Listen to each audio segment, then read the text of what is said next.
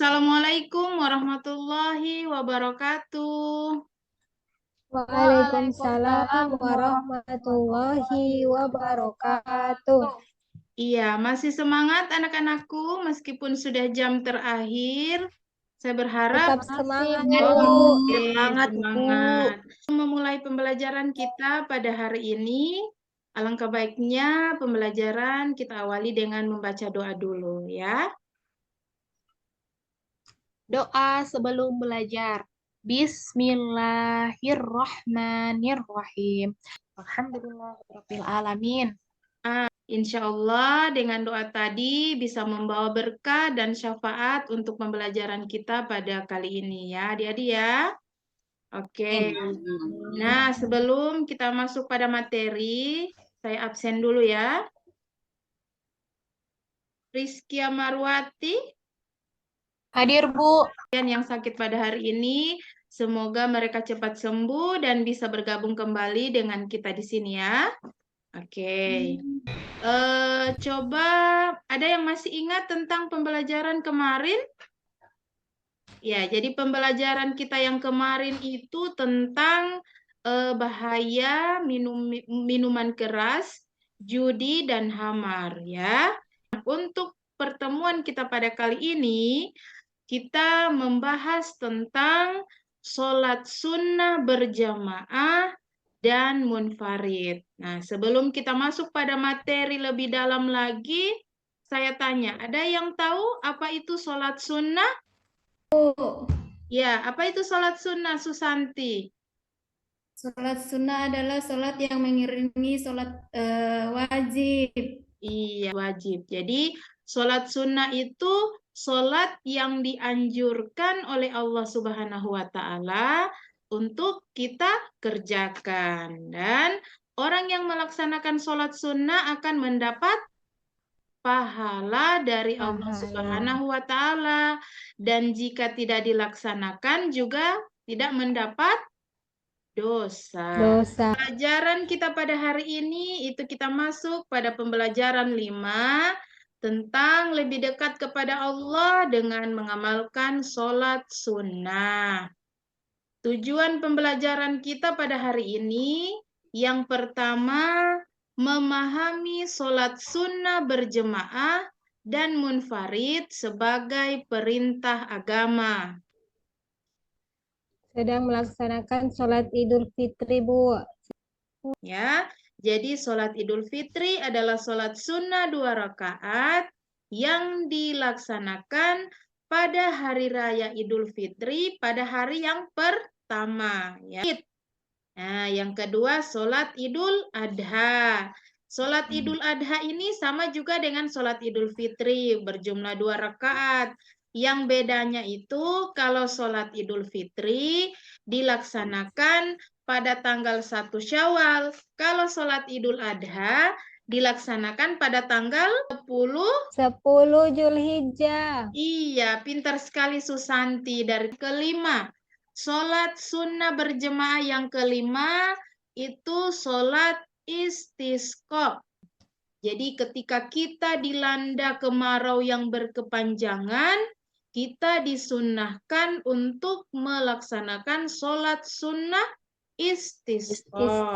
Sekarang kita pindah berikut sholat sunnah munfarid. Iya, jadi sholat sunnah munfarid itu adalah sholat sunnah yang dikerjakan atau yang dilaksanakan secara individu, ya, atau sendiri, ya. Yang pertama sholat rawatib. Jadi sholat sunnah rawatib yang termasuk dalam sholat sunnah rawatib itu ada qabliyah, ada ba'diyah. Kalau qabliyah itu dilaksanakan sebelum melaksanakan sholat fardu. Wajib. Ya, atau sholat wajib. Kalau ba'diyah itu dilaksanakan setelah melaksanakan sholat wajib. Dua, sholat tahiyatul masjid. Sholat tahiyatul masjid juga ini 2 rakaat.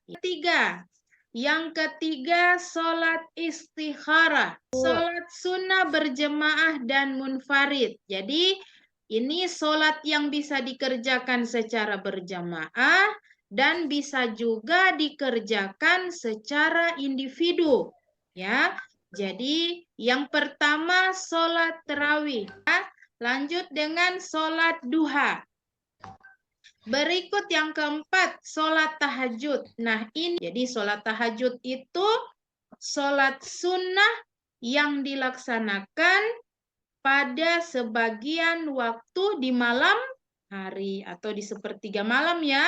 Yang terakhir, sholat tasbih. Nah, dari semua sholat sunnah, sholat yang paling lama dikerjakan adalah sholat tasbih. Ya, kelompok 1 dan kelompok 2.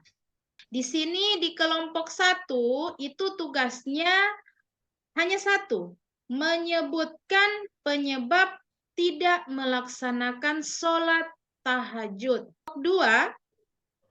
Untuk kelompok 2, menyebutkan manfaat dari sholat sunnah berjemaah dan munfarid. Terima kasih, kami dari kelompok 1 ingin memaparkan hasil diskusi kelompok. Jadi yang menyebut penyebab tidak melaksanakan sholat tahajud kebanyakan karena mereka tidak memahami hikmah dari sholat tahajud atau manfaat dari sholat tahajud. Mereka lebih mencintai dunia sehingga mereka lupa untuk melaksanakan sholat. Terima kasih. Untuk kelompok 2, ada yang bisa mewakili teman-teman dari kelompok 2 bisa. Nah, terakhir ini ada kesimpulan dari materi. Ya, sebelum saya tutup pembelajaran pada hari ini ya, kira-kira dari materi yang saya sudah sampaikan, hal apa yang kalian bisa ambil dari pembelajaran ini, terutama dalam kehidupan sehari-hari? Oke. Oke, Adi Susanti silahkan. Ya, jadi kalau kita melaksanakan sholat fardu, sholat sunnah, maka kita akan merasa lebih nyaman, lebih tentram. Ketika kita melaksanakan sholat fardu atau sholat sunnah, baik itu secara berjemaah maupun secara munfarid atau sendirian, itu jiwa kita akan terasa lebih nyaman dan tentram. Ya, berdoa untuk menutup pembelajaran ya. Alhamdulillah, dengan berakhirnya doa tadi, maka pembelajaran kita pada hari ini selesai ya. Terima kasih saya ucapkan kepada adik-adik. Dan terakhir, billahi taufik wal hidayah. Wassalamualaikum warahmatullahi wabarakatuh. Waalaikumsalam warahmatullahi wabarakatuh. Warahmatullahi wabarakatuh, Bu Rahmawati. Ya, waalaikumsalam warahmatullahi wabarakatuh, Bu. Ya, oke. Ya. Buka Al-Quran, Bu Rahma, Al-Kahfi. Surah Al-Kahfi. Al-Kahfi ayat 19. Siap, Bu. A'udzu billahi minasyaitonir rajim. Bismillahirrahmanirrahim. Wa kadzalika ba'atsnahum liyatasaalu bainahum. Qala qailun minhum kam labistum. Qalu labithna yawman aw ba'da yawm. Qalu rabbukum a'lamu bima labithtum. Fab'athu ahadakum biwariqikum hadhihi ilal madinati falyanzur ayyuha azka ta'aman falyatikum birizqim minhu walyatalattaf wala yush'iranna bikum ahada. Shadaqallahul azim. Oh, ya. Siapkan alat tulis menulis. Siap, Bu.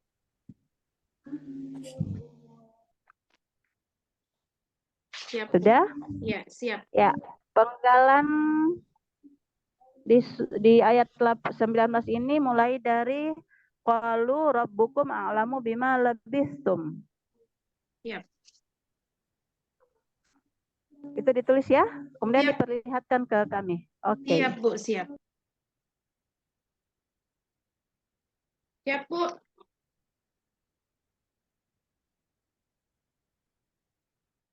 Oke, saya sudah, Bu Ning. Ini, Bu.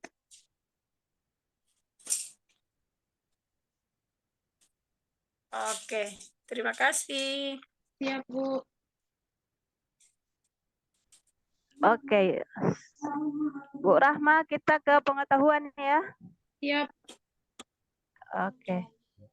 Bu Rahma, di pendalaman materi ada materi tentang perkembangan peserta didik. Ya, Bu. Ya kan? Ya. Nah, sekarang yang ingin saya tanyakan, di perkembangan peserta didik ada berapa perkembangan anak? Perkembangan peserta didik ya, Bu, ya. Ah, Kalau perkembangannya dari anak usia dini, kemudian dari ada yang tingkat SD, kemudian di tingkatan SMP, kemudian di tingkatan SMA, Bu. Menurut saya, Bu. pada Bu Rahma SD. SMP, Bu. SMP, oke. Di tingkat SMP, anak-anak di usia SMP, sebutkan perkembangan mereka apa saja. Perkembangan di bagian apa misalnya? Perkembangannya dari segi moral, kemudian ada spiritual juga mungkin, Bu. Ya, menurut saya sih, Bu. Bagaimana, Bu? Putus tadi jaringannya? Saya ambil di perkembangan kognitif. Iya. Ya, kalau perkembangan kognitif itu kita bicara di perkembangan apanya? Pengetahuan, Bu. Kalau kognitif biasanya ke Oke. pengetahuan.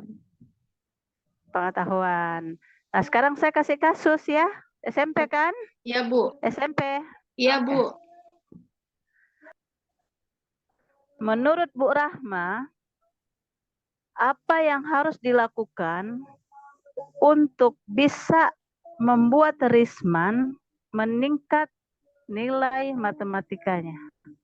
Iya, Silahkan. mungkin dari segi metode pembelajarannya, Bu. Mungkin yang sebelumnya dia tidak paham dengan penjelasan guru, mungkin dia lebih paham lagi ketika dia belajar dengan teman sejawat. Kayaknya mereka bisa lebih paham, Bu. Seperti itu. Apa pentingnya guru untuk mengetahui perkembangan setiap peserta didik? Kenapa guru harus tahu perkembangan peserta didik? Karena guru itu sebagai pembentuk karakter anak, Bu. Jadi untuk perkembangan peserta didik itu sangat penting karena guru itu sebagai pembentukan karakter peserta didik. Sekarang dalam kurikulum 2013, ketika menyusun perangkat pembelajaran, Bu Rahma tahu istilah A, B, C, D? A, B. Komponen Oh, iya, Bu. A, B, C, D. Iya, Tahu? dari Oke. A, B, C. Jelaskan itu. Jadi kalau A, B, C, D itu namanya audiens itu siapa? Jadi siapa di sini peserta didik. Kemudian B-nya itu behavior. Behavior itu perilaku yang akan muncul. Jadi perilaku dari peserta didik itu sendiri. Kemudian C-nya condition. Jadi condition di situ kondisi. Kemudian A, B, C, D. D-nya degree. Jadi degree itu mengukur. Jadi mengukur kemampuan dari pemahaman peserta didik itu sendiri, Bu. Assalamualaikum warahmatullahi wabarakatuh. Waalaikumsalam warahmatullahi wabarakatuh. Ya. Ibu Rahma, langkah-langkah dalam pembuatan RPP, kan saya merasa bahwa Ibu Rahma ini kan orang maksudnya yang sudah mengenal kurikulum K13 toh, ya kan? Ya, Bu. Dan di sekolahnya Ibu Rahma pun sudah terbentuk, apakah sudah terbentuk sekolah yang apa namanya, yang sudah kurikulum merdeka? Belum. Belum, Bu, belum. Belum, Bu. Ibu Rahma untuk apa namanya, langkah-langkah di dalam pembuatan atau perumusan RPP itu, Ya, Bu. menurut Ibu Rahma untuk media pembelajaran yang berbasis IT untuk pendidikan agama Islam, kira-kira apa yang harus Ibu Rahma lakukan di situ? Tentang apa pelajaran, apa namanya, materi apa? Boleh Bu sharing? Ya, Bu. Kalau kemarin itu, Bu, tentang materi sujud syukur, sujud sahwi, dan sujud tilawah itu saya pikir itu sangat memerlukan media yang memang memaksimalkan peserta didik untuk bisa memahami dari materi itu. Karena dari ketiga sujud ini, Bu, ini bisa kan sama, Bu, sujud. Namanya sujud kan sama, hanya yang membedakan namanya dan apa pengertian dari sujud-sujud ini, Bu. Jadi ketika kita menggunakan media pembelajaran, misalnya sujud syukur. Jadi di sujud syukur itu kita bisa tampilkan gambar atau video yang menggambarkan seseorang yang melakukan sujud syukur. Jadi penyebab seseorang melakukan sujud syukur itu apa? Kalau misalnya kemarin, Bu, saya sudah tampilkan ada gambar seorang jemaah haji yang pulang ke tanah air. Dia ketika di bandara, tiba di bandara, dia melakukan sujud syukur. Itu ungkapan rasa syukur dari Bapak itu karena dia telah pulang dengan selamat ke tanah air dan dia juga sudah melaksanakan ibadah suci, ibadah haji di Mekah dengan selamat, Bu. Kemudian dia melakukan sujud syukur. Kemudian yang kedua ada juga yang namanya sujud sahwi. Jadi sujud sahwi itu sujud yang dilakukan ketika seseorang lupa dengan rakaat sholat atau ragu-ragu dalam rukun sholat. Jadi kita juga bisa tampilkan ini yang namanya sujud sahwi. Ketika kita lupa atau kita ragu, kita langsung melaksanakan sujud sahwi. Kemudian yang ketiga juga ada yang namanya sujud tilawah. Nah, di sujud tilawah ini ketika kita mendengar ayat-ayat sejadah, jadi baik itu di dalam sholat maupun di luar sholat, seperti itu, Bu. Jadi menurut saya dari materi sujud ini sangat penting media yang kita akan terapkan, Bu. Seperti itu. Kalau ini menurut pengalamannya saya, Bu, itu kami yang ada di SMP Negeri 1 Kabila, kami sudah mempunyai yang namanya Laboratorium Pendidikan Agama Islam. Jadi di kami itu sudah ada lab PAI, ketika anak-anak mau praktek untuk keagamaan itu langsung dibawa ke lab, Bu, seperti itu. Nah, bagus. Oh, ya. Berarti sudah memadai ya, memadai apa namanya, sekolah yang Ibu mengajar di situ. Namun saya ingin bertanya kembali tentang kira-kira bagaimana cara mengajarkan atau materi yang telah disampaikan itu jika sekiranya kita memakai apa namanya, kategori. Kan ada fakta, ada apa lagi, Bu, ya? Ada konsep, ada prosedur. Nah, kira-kira bagaimana Ibu memetakkan hal itu? Ya, kalau Kayaknya apa namanya, sekolah itu sudah bernuansa baik, maksudnya sudah berkapasitas lebih baik dari sekolah yang lain, sehingga konsep-konsepnya, prosedurnya, dan lain sebagainya itu sudah bisa. Nah, kategorinya seperti apa, Bu? Iya, untuk penerapan labnya PAI itu, Bu, alhamdulillah mulai tahun ini kita terapkan. Kemudian untuk konsepnya itu mungkin dari fakta, Bu, dari Ya. Lanjut untuk Ibu bisa berikan contoh kira-kira pembelajaran yang memperdayakan kemampuan kreativitas anak itu seperti apa? Berpikir kreatif. Mereka sudah mempraktikkan haji dan umroh. Mereka sudah buat apa namanya ya, Ka'bah begitu Bu. Kemudian mereka sudah langsung mempraktekkan di dalam situ. Jadi mereka dari rukun-rukun haji semuanya itu sudah mereka praktekkan di dalam Bu. Oh, saya kembalikan kepada Ibu Desen. Terima kasih, Ibu Rahma. Baik, terima kasih Bu Ningsih.